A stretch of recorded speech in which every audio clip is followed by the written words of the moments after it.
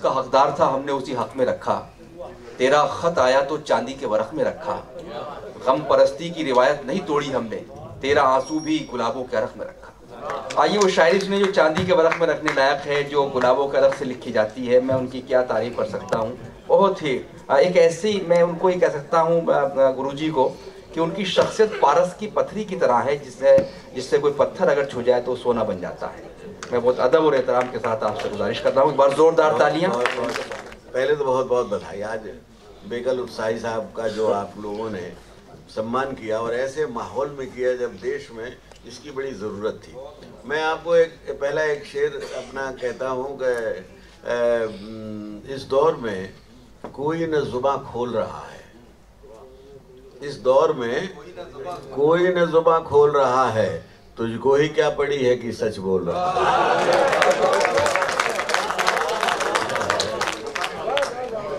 इस दौर में कोई न जुबां खोल रहा है, तुझको ही क्या पड़ी है कि सच बोल रहा है। और बेशक 1000 बार लुटा।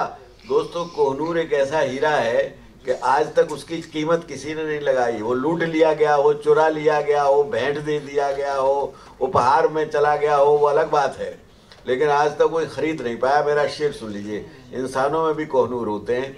मैंने कहा बेशक 1000 बार लुटा पर बिका नहीं, बेशक 1000 बार लुटा पर बिका नहीं, कोहनूर जहां भी रहा अनमोल रहा। कोहनूर जहां भी रहा अनमोल रहा है। और तिनके की शेर सुन लीजिए कि तिनके की चटाई को कोई खौफ न खतरा। तिनके की चटाई को कोई खौफ न खतरा, हर पांव सिंहासन का मगर डोल रहा है, हर पांव सिंहासन का मगर डोल रहा है। अच्छा, एक बात कहना चाहता था, 2 शेर और सुन लीजिए, फिर वो कविता एक बहुत छोटी सी सुनाना बड़ा जरूरी।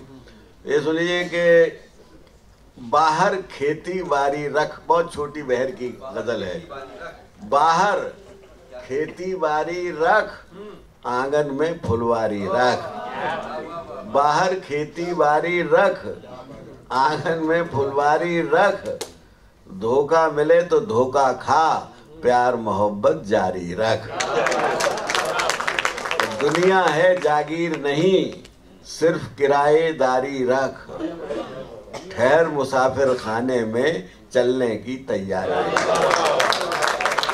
और मैं मित्रों एक छंद भी सुनाना चाहता हूँ। वो छंद ये है कि अभी जो घटनाएं घटी, और तो मैं कभी निगेटिव कविता नहीं लिखता। मैं हमेशा ये कहता हूँ कि मैं दिनकर जी की उस कविता का बहुत कायल हूँ। दिनकर जी ने कहा कि बड़ी कविता वही जो विश्व को सुंदर बनाती है। बड़ा कवि भी वही होता है जो इस दुनिया को जीने योग्य बनाने की कोशिश करता है। तो मैं कभी भी क्या कि ये हो गया वो होगा नहीं, लेकिन कभी कभी बड़ा ज़रूरी हो जाए। मेरा एक छंद सुन लीजिए। जिस तरह की घटना घटी अभी कुछ दिनों पहले, मैंने कहा कि भाइयों के खून से रंगे हों भाइयों के हाथ, भावना न इतनी गलीज होनी चाहिए। और सदियों की करुणा दया क्षमा विलुप्त हुई, आदमी को इस पे भी खींच होनी चाहिए। धर्मनिरपेक्ष लोकतंत्र की परंपरा में एक धर्म क्या है ये तमीज होनी चाहिए। व्यक्ति से बड़ा है धर्म, धर्म से बड़ा है देश, देश से बड़ी न कोई चीज होनी चाहिए।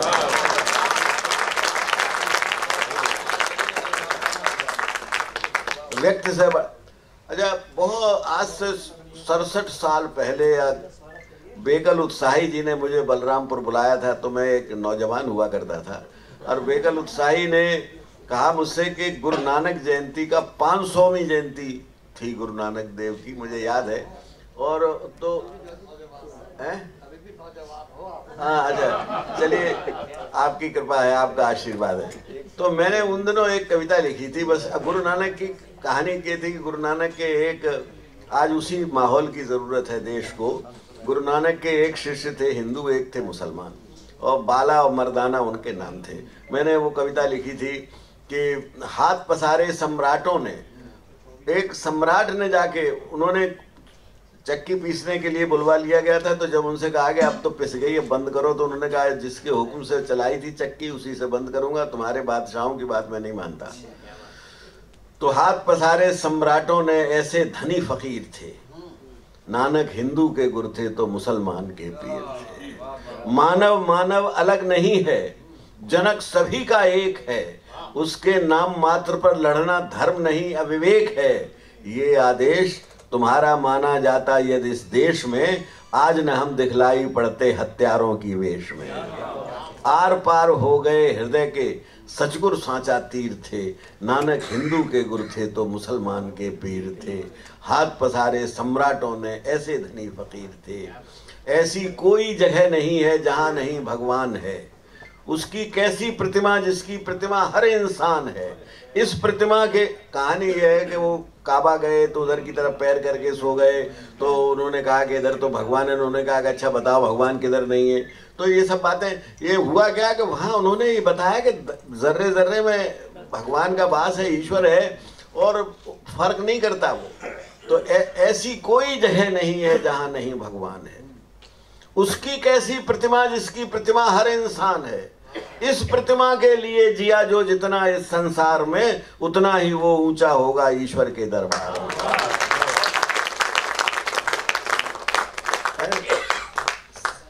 पर्वत के शिखरों से ऊंचे सागर से गंभीर थे, नानक हिंदू के गुर थे तो मुसलमान के पीर थे। एक जगन्नाथ के मंदिर में गए तो पुजारी आया, एक थाली लेके कहा कि आरती लो। वो कर्मकांड के विरुद्ध थे। तो उन्होंने कहा कि नील गगन है थाली उसकी, सूर्य चंद्रमा दीप हैं, चंदन वन है अगरबत्तियां, नखनक फूल समीप हैं, शीतल मंद सुगंध समीरण जिसके चरण पखारती, उस ईश्वर की भला उतारे हम तुम कैसे आरती। और क्या क्या उन्होंने नहीं लिखा। एक जगह उन्होंने एक बढ़ई से गुरु नानक देव, इस कितनी जरूरत है, आज मार्क्स ने तो बहुत बाद में कहा, एक बढ़ई से उनका ये तय हो गया कि हम तुम्हारा आरा चलाएंगे। एक तरफ आरा चलता था, दो तरफ से ये दो आदमी खींचते थे। तो उन्होंने कहा कि हम तुम्हारा आरा चलवाएंगे, लेकिन शाम को हमको खाना देना। गुरु नानक देव से तय हो गया। लेकिन एक वहाँ का जो बड़ा सूबेदार था, उसने शाम को एक अपना थाल बना के भेजा बहुत पकवानों का। तो उन्होंने वो थाल नहीं खाया और वो बढ़ई की रोटी खाई। जब उनसे पूछा गया तो उन्होंने कहा कि दोनों निचोड़ के देखो। तो ऐसा कहते हैं कि जो सूबेदार के यहाँ से खाना आया था उसे निचोड़ा गया तो उसमें से खून की बूंदें टपकी, और जब बढ़ई का खाना निचोड़ा गया तो उसमें से दूध निकला। ये बड़ी बात। मैंने उस पर कविता ये लिखी कि रोटी वही कि जिसके पीछे मेहनत हो जी तोड़कर, रोटी वही कि जिसके पीछे मेहनत हो जी तोड़कर, और नहीं तो खून भरी है देखो जरा निचोड़ कर। रोटी वही के जिसके पीछे मेहनत हो जी तोड़कर, और नहीं तो खून भरी है देखो जरा निचोड़ कर। यदि समझो तो इस घटना की महिमा अपरंपार है, मेहनत करने वाले को ही जीने का अधिकार है। आने वाली दुनिया की तुम एक नई तस्वीर थे, नानक हिंदू के गुर थे तो मुसलमान के पीर थे। शुभारंभ थे गौतम उसके। मैं भारत की संस्कृति की बात कर रहा हूँ, मैं नानक की तारीफ नहीं कर रहा। इस देश की मिट्टी में कुछ ऐसा है कि शुभारंभ थे गौतम उसके, गांधी उसके अंत थे। तुम मानक थे, तुम सुमेर थे उस माला के, जिसके मानक संत थे। जितना जाप किया इन सब का, उतना ही विश्वास है कि दुनिया का भूगोल हृदय है और प्यार इतिहास है। दुनिया का भूगोल हृदय है और प्यार इतिहास है। तुम थे उसी वंश के जिसके मीरा और कबीर थे, नानक हिंदू के गुर थे तो मुसलमान।